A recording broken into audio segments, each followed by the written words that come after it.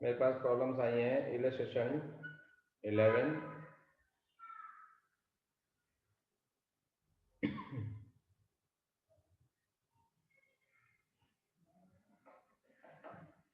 उसके लिए you need to unmute. चलो वो तो हो जाएगा। इलेक्शन 11, सबका इलेक्शन 11 है।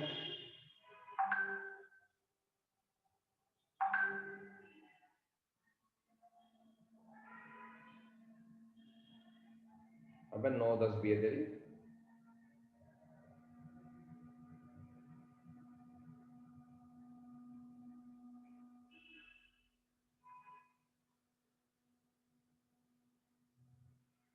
इलस्ट्रेशन 11, 9, 10।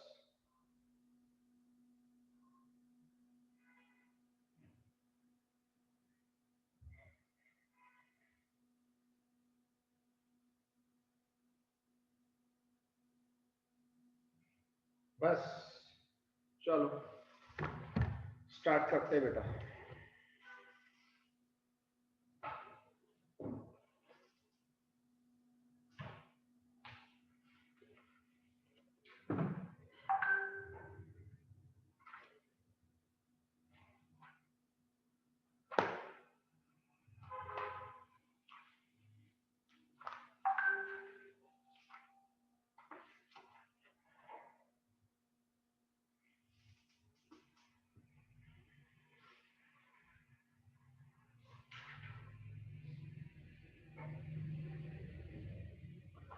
नौ में बोलो मदान, क्या प्रॉब्लम है?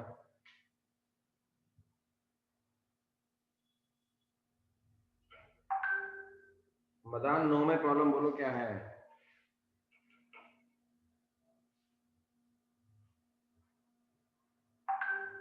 10 में क्या प्रॉब्लम है?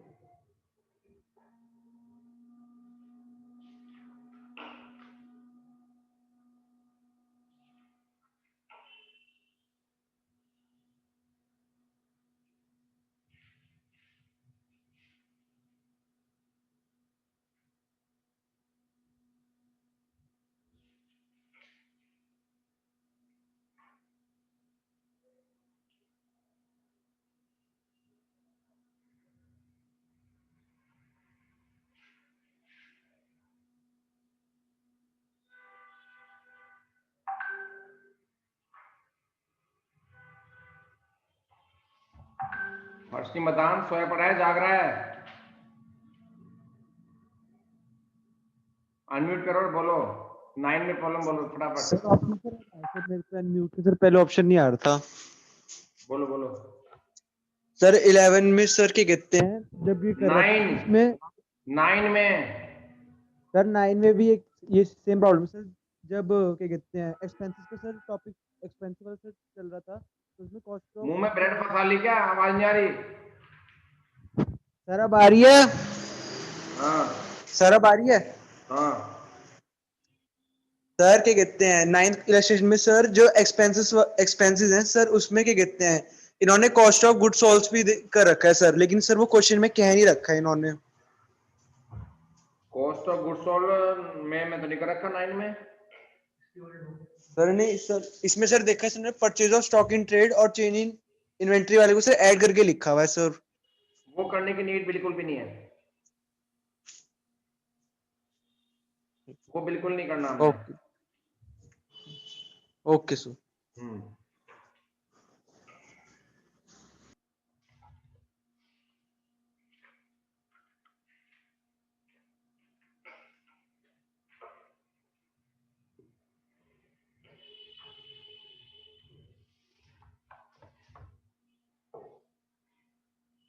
और 10 में भी यही प्रॉब्लम है क्या?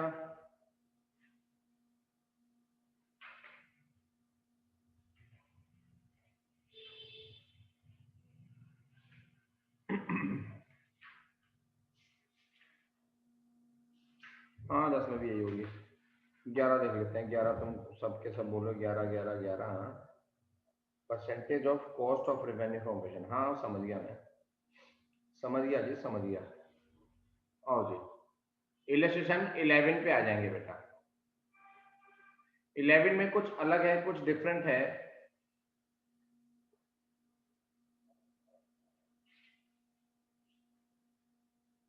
हमें 11th में कंपलसरी है कि कॉस्ट ऑफ गुड्स सोल्ड निकालने ही पड़ेंगे। इसका दूसरा नाम है cost of revenue from operation.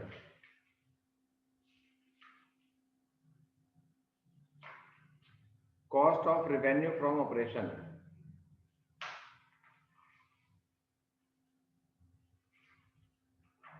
तो इसका आपको अलग से फॉर्मूला सीखना पड़ेगा, इसका अलग से सीखना पड़ेगा। System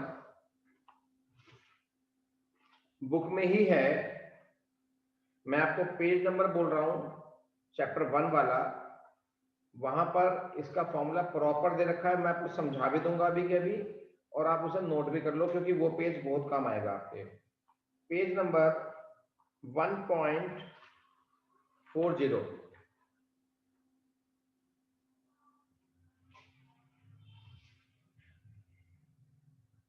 page 1.40।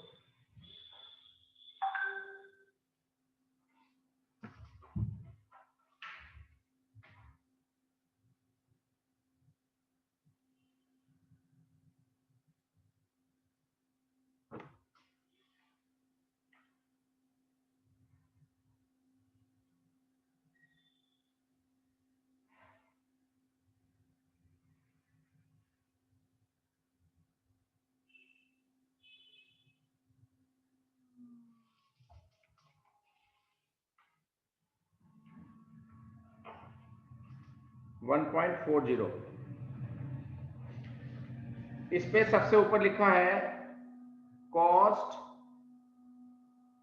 Of revenue from operations, यानी कि कॉस्ट ऑफ गुड्स सोल्ड। जो इसका पुराना फॉर्मूला है वो तो ये है, opening stock plus net purchases plus direct expenses minus clothing stock.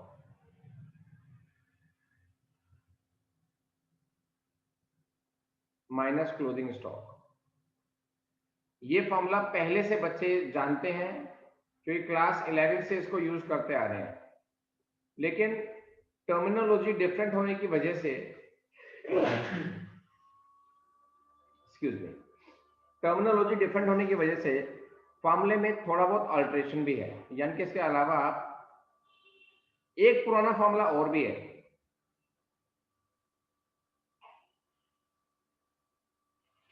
Net revenue from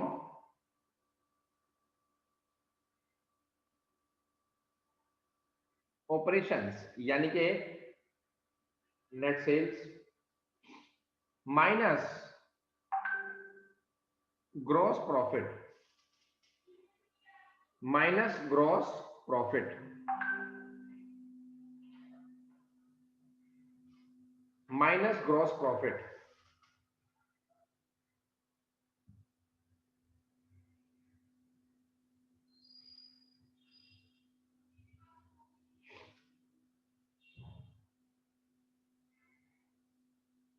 तो ये फॉर्मूले पुराने थे, लेकिन एक फॉर्मूला जो नया आपको इसका करना है, जो ज्यादा काम आएगा इस बुक के अंदर, वो है, बुक में लिखा भी है, cost of material consumed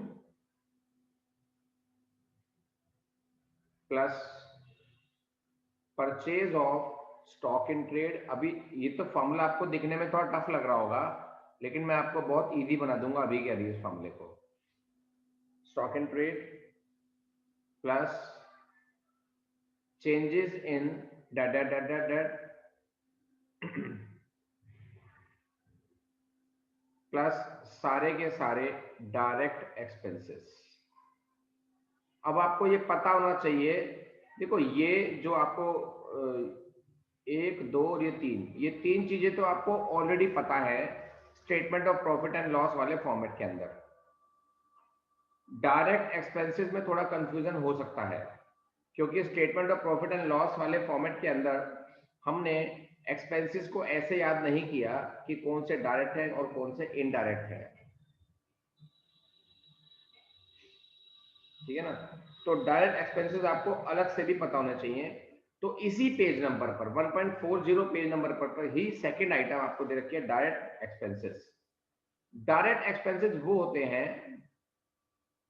which are done for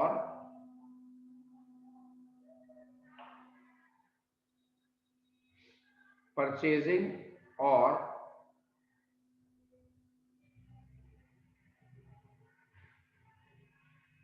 manufacturing the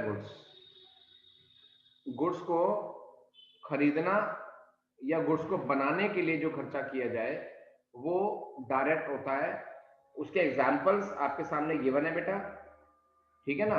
तो एग्जांपल को भी और इस मीनिंग को भी आपको याद रखना है, और इसके बेस पे आपको एक्सपेंसेस में से छांटना है कि कौन कौन से डायरेक्ट हैं आपको, क्योंकि डायरेक्ट चाहिए, ठीक है।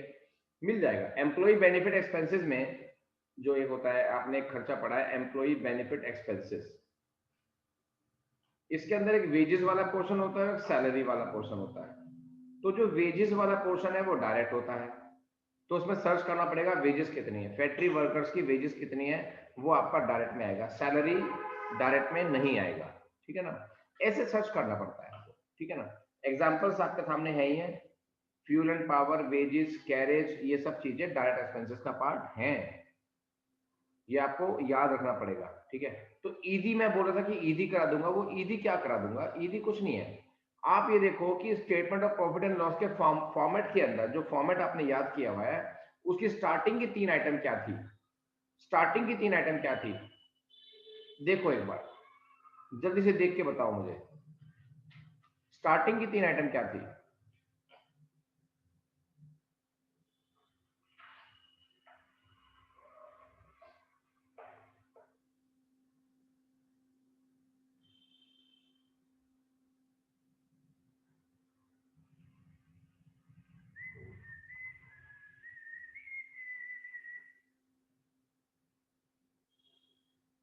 ये फॉर्मेट आपके सामने आ गया बेटा। स्टार्टिंग की 3 item, cost of material consumed, purchase of stock in trade और changes in inventory of finish good, work in progress and stock in trade. यहां तक के जो 3 खर्चे हैं इन तीनों को तो प्लस करना ही है। जब हमें cost of revenue from operation निकालना है तो इन 3 चीजों को तो प्लस करना ही करना है पूरा पूरा, ठीक है। और जो नीचे के एक्सपेंसेस हैं, इसके अलावा जो एक्सपेंसेस हैं नीचे के, उन एक्सपेंसेस में से आपको सर्च करने हैं, इन एक्सपेंसेस में से आपको सर्च करने हैं कि कौन कौन से डायरेक्ट हैं और कौन कौन से इनडायरेक्ट हैं। तो आपके काम के कौन से हैं, डायरेक्ट, ठीक है ना। तो आपको इनमें से डायरेक्ट सर्च करने हैं। एक तो मीनिंग आपकी हेल्प करेगा जो मैंने लिखवाया, प्लस 1.40 पर जो उसके एग्जांपल्स हैं वो आपकी हेल्प करेंगे, कौन कौन से डायरेक्ट एक्सपेंसेस इनके अंदर हैं वो छांटने हैं। यानी कि इनमें ये प्लस इनका डायरेक्ट वाला पोर्शन इसमें प्लस कर देना, ठीक। तो आपका बन जाएगा cost of revenue from operations. किसी को प्रॉब्लम है तो हैंड रेज करो फटाफट से।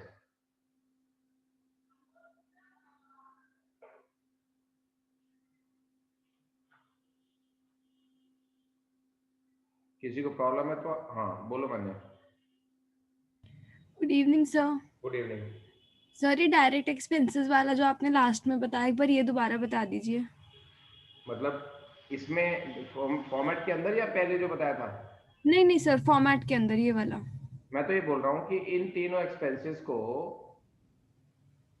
ऐड करने के बाद, ठीक है ना, डायरेक्ट एक्सपेंसेस ऐड करने हैं, तब जाके निकलता है cost of remaining from operations. तो डायरेक्ट एक्सपेंसेस इनमें से हमें सर्च करना पड़ेगा, क्योंकि इनके अंदर डायरेक्ट भी हैं और इनडायरेक्ट भी हैं। तो हमें इनमें से डायरेक्ट वाले उठाने और यहाँ प्लस कर देने हैं। पर वो सर हमें जो कहाँ मिलेंगे? क्वेश्चन 1.40 पेज पर एग्जाम्पल मिलेंगे, प्लस मैंने अपना मीनिंग लिखवाया हुआ, वो आपकी हेल्प करेगा। ओके सर पर जो हमने क्वेश्चंस करे हैं उसमें तो उन्होंने डायरेक्टली ऐसे लिख रखा है कि employ benefit expenses plus other expenses, वहां पे उन्होंने डिफरेंशिएट तो कर ही नहीं रखा, फिर तब कैसे करेंगे? तो उसे हम डायरेक्ट नहीं मानेंगे। Okay sir. डायरेक्ट के लिए स्पेशल हिंट गिवन होना जरूरी है। Okay sir, thank you sir. Okay, welcome.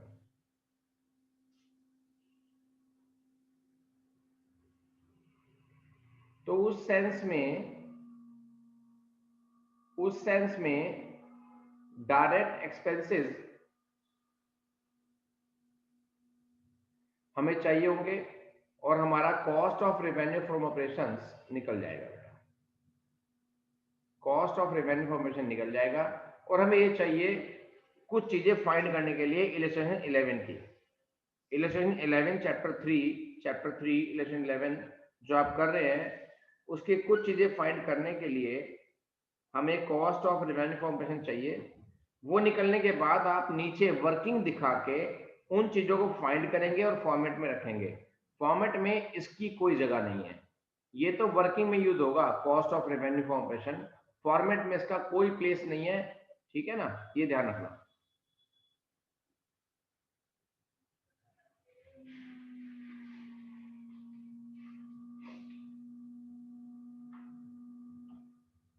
Election 11 से रिगार्डिंग अभी भी कोई ऐसी प्रॉब्लम है जो सॉल्व नहीं हुई है, तो प्लीज आप मुझे जल्दी बताओ, हैंड रेस करो फटाफट से।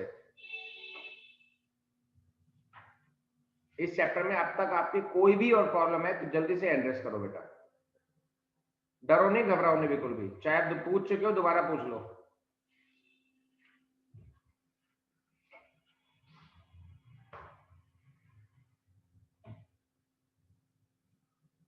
बोलो भाई के सर इलस्ट्रेशन 11 में आवाज नहीं आ रही। सर इलस्ट्रेशन 11 में इन्होंने purchase of stock in trade और चेंज इन इन्वेंट्री प्लस करके कॉस्ट ऑफ गुड्स सोल्ड निकाल दिया, लेकिन जब नीचे एम्प्लॉय बेनिफिट एक्सपेंसेस है वो भी तो हमारा डायरेक्ट एक्सपेंसेस है, तो उन्होंने वो डायरेक्ट क्या नहीं है, उसके अंदर जो वेजेस वाला पोर्शन होता है, अगर उसके बारे में कोई हिंट गिवन है तो डायरेक्ट है। इसलिए जैसे उन्होंने फाइंड कर रखा वैसे फाइंड नहीं करना, पहले देखना है अच्छा, डायरेक्ट मतलब नहीं। अदरवाइज इनडायरेक्ट है वो। हाँ ओके सर। ओके। और कोई बच्चा, कोई प्रॉब्लम, कोई बात? ठीक है। लास्ट आपका होमवर्क पता नहीं कहाँ तक था, 13 तक था, तो 16 तक कर लेंगे एक पे। क्वेश्चन मैं बाद में दूंगा, पहले आप 11 16 तक कर लेंगे और इसी चैप्टर का क्वेश्चन नंबर 4 कर लेंगे, क्वेश्चन नंबर 4 कर लेंगे, ठीक है। अब मैं इसका कॉमन साइज समझा रहा हूं आपको, उसका मैं होमवर्क नहीं दूंगा, मुझे पता है होमवर्क ज्यादा हो जाता है आपके पास, होमवर्क नहीं दूंगा मैं उसका मैं रीडिंग का होमवर्क दे दूंगा, ठीक है ना।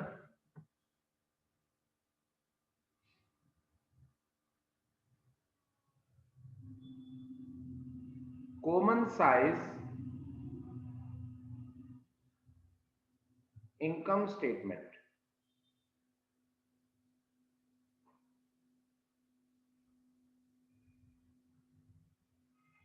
Common size income statement.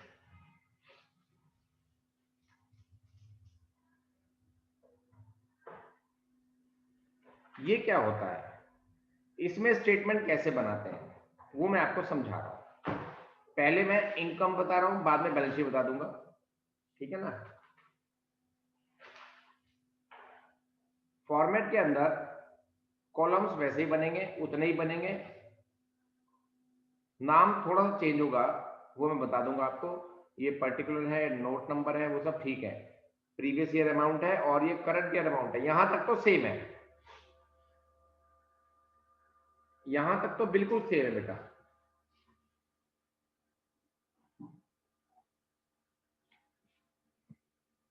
ठीक है ना। और यहां पर क्या लिखेंगे, percentage previous year, percentage current year. इसमें माइनस करने का कोई चक्कर नहीं है, percentage previous year, percentage current year. अब यहाँ पे मैंने प्रीवियस लिखा है तो यहाँ से मैंने यहाँ पे प्रीवियस लिखा है। अगर यहाँ पे 2016 लिखा होगा तो यहाँ पे भी 2016 ही लिखा होगा, ठीक है ना। यहाँ पर 2017 है तो यहाँ पर भी 2017 ही है। ये फॉर्मेट वही का वही है जो पीएल का होता है, बस इसमें थोड़ा सा एडिशन कर लो। अब कभी कभी क्वेश्चन में लिखा होता है gross revenue from operations, given होता है तो मजबूरी है ग्रॉस से शुरू करना, अदरवाइज हम रेवेन्यू फ्रॉम ऑपरेशन से स्टार्ट करते हैं, वो नेट वाला होता है रेवेन्यू फ्रॉम ऑपरेशंस।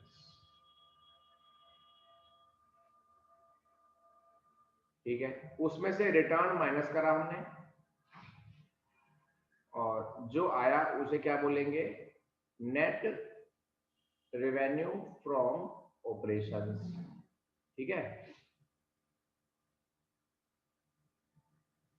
फिर अदर रेवेन्यू, देखिए ये आगे total revenue,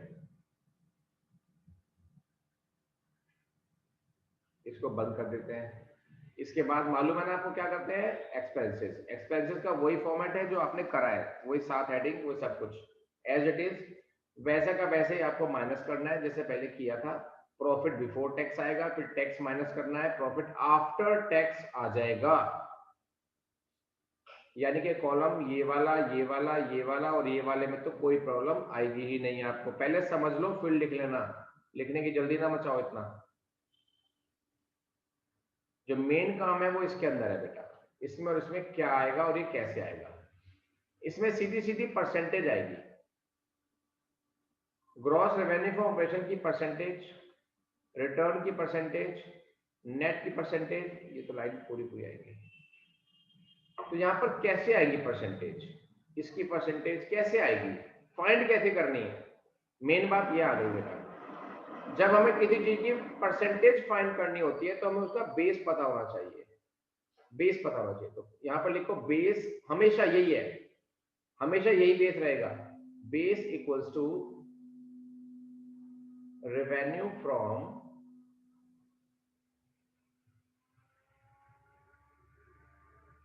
operations, base equals to revenue from operations. अब जितनी भी अमाउंट्स आई हैं, मैं अगर परसेंटेज निकाल रहा हूं प्रीवियस ईयर की 2016 की, तो मैं सिर्फ 2016 की ही अमाउंट देखूंगा, 17 से मेरा कोई मतलब नहीं होगा। अब 2016 में मान लो ये 250 दे रखा है ग्रॉस रेवेन्यू फ्रॉम ऑपरेशंस, ठीक है। अब मुझे इसका परसेंटेज निकालना है कितना होगा, ठीक। और 40 आ गया रिटर्न, तो 210 क्या आ गया बेटा, ये आ गया नेट रेवेन्यू फ्रॉम ऑपरेशन, जिसे मैंने बेस माना, बेस ये है मेरा, ठीक है। तो इसकी परसेंटेज कैसे निकलेगी, इसकी परसेंटेज कैसे निकलेगी, सबसे पहली वाली आइटम की परसेंटेज कैसे निकलेगी, उसकी अमाउंट, पहले वाली आइटम की अमाउंट कितनी है 250 इंटू 100, लिखना नहीं बेटा, समझ लो पहले। जिस भी चीज की अमाउंट की परसेंटेज आप निकाल रहे हो, सबसे पहले उसकी अमाउंट को ऊपर रखो, multiply by 100 divided by base. Base किसको माना, रेवेन्यू फ्रॉम ऑपरेशंस को, वो कितना आ रहा है 210 आ रहा है, ठीक है ना। अब जो भी परसेंटेज आएगी वो यहाँ पेल देना, रख देना, कोई दिक्कत? यहां तक जिसको दिक्कत है हैंड रेस करो।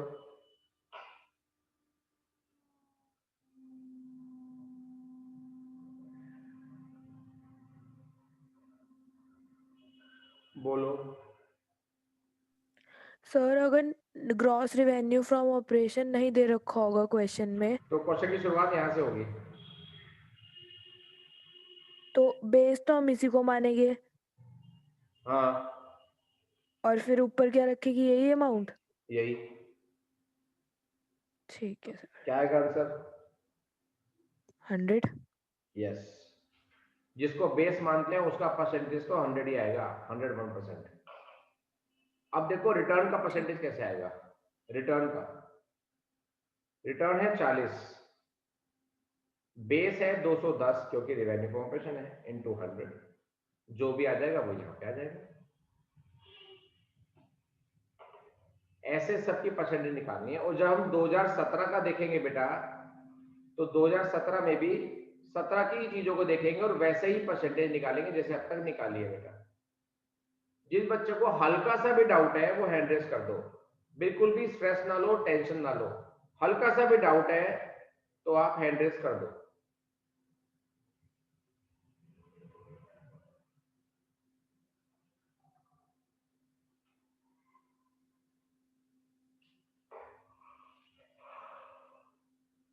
बोलो पालक।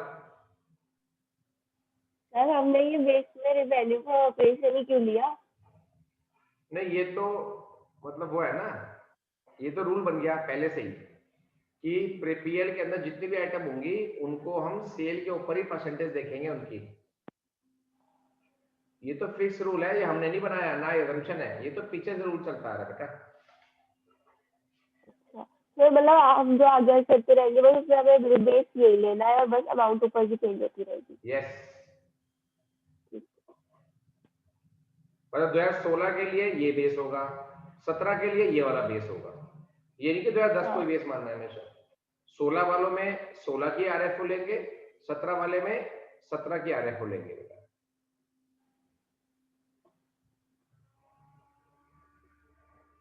और किसी बच्चे को कोई डाउट बेटा हल्का सा भी?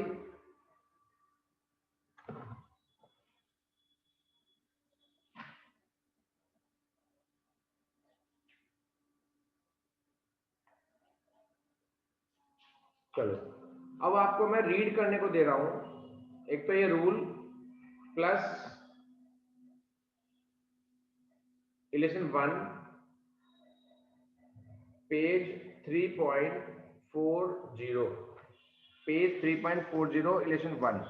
ये आपको सिर्फ रीड करना है, अच्छे से कैलकुलेशन करके देख लेनी है और बता देना है, जो समझ नहीं आएगा वो मैं समझा दूंगा। हालांकि मैं इसमें 3-4 इलेक्शन दे सकता हूं, जिस पे टाइम हो वो कर सकता है, शुरू की 5 इलेक्शन कर सकता है, 1 2 3 4 5, लेकिन मैं होमवर्क बिल्कुल नहीं दे रहा हूं क्योंकि आपके पास पहले आपके पास काम दे चुका हूं, है ना। इतना काम है आज का बेटा। किसी को कुछ पूछना हो तो पूछ लो, बताना हो तो बता दो, नहीं तो मैं क्लास को ऑफ करूं।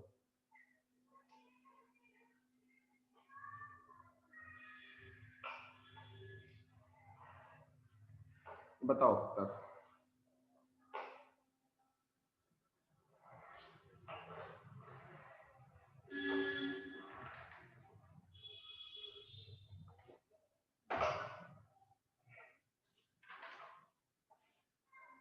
कोई कुछ नहीं पूछ रहा? चलो फिर बाय बाय करो और क्या, पालक के पराठे खाओ।